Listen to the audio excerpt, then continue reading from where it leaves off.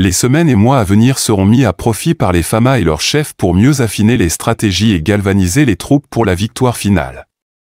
La Confédération des États du Sahel dans la perspective de renforcer ses bases, les questions sécuritaires sont prises très au sérieux, surtout au niveau de nos 3 frontières.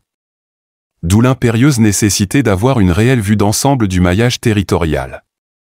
Cette audience avec le président de la Confédération de l'AES s'inscrit dans ce cadre des ministres. Et le partenaire russe sont venus présenter les projets d'envergure pour l'avenir sécuritaire de l'espace AES. Notre rencontre porte sur la nécessité de déployer deux types de satellites. Le premier, c'est le satellite de communication qui va assurer l'Internet, la télévision et la radio.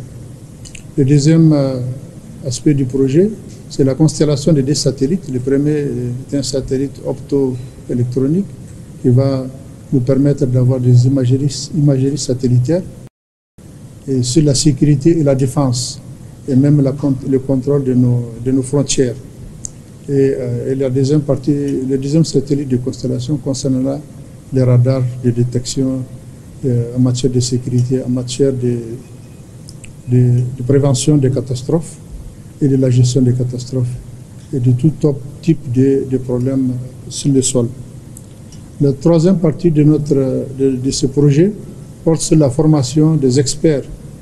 Nous venons d'être reçus par le président qui nous a soutenus et qui a demandé à ce que ces experts soient formés tout de suite.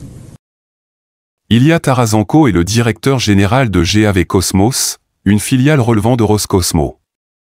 À ses dires, sceller ce partenariat relève d'une importance capitale en reconnaissance des bonnes relations de coopération qui lient la Russie et les pays de la Confédération de l'AES. Évidemment, pour nous, c'est un partenariat extrêmement important et nous considérons que ce partenariat sera efficace parce qu'aujourd'hui, nous avons abordé les questions relatives au déploiement d'une constellation satellitaire qui va inclure un satellite de télécommunication et l'autre, le satellite de détection terrestre à distance. Et la particularité de ce projet réside en fait que ce projet sera réalisé dans le même temps aux intérêts des 3 États de l'Alliance des États du Sahel, ce qui va nous permettre de répondre aux 3 questions prioritaires. Tout d'abord, ça va permettre de contrôler et d'assurer l'observation et la sécurité aux frontières de tous les 3 États membres de l'Alliance des États du Sahel. Deuxièmement, ce projet va avoir un effet économique positif parce que ça va permettre et promouvoir l'évolution économique de tous les 3 États membres de l'Alliance grâce à l'utilisation des technologies spatiales. Et troisièmement, ça va simplifier le règlement des aspects financiers parce que ce projet sera réalisé aux intérêts des 3 États membres de l'Alliance dans le même temps. Roscosmos, pour rappel, a été créée en 1992. Elle est l'agence chargée de la mise en œuvre du programme spatial civil russe.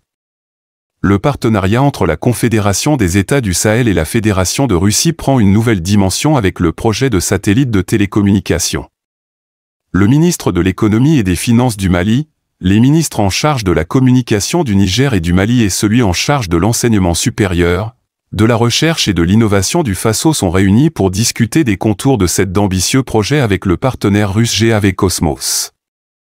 Une souveraineté surtout dans le domaine de la communication, considérée par beaucoup comme la nouvelle révolution industrielle. Dans un monde où les besoins de communication augmentent d'année en année, ce projet structurant entre la Russie à travers la société GL Cosmos et les États confédérés du Sahel ouvre de nouvelles perspectives.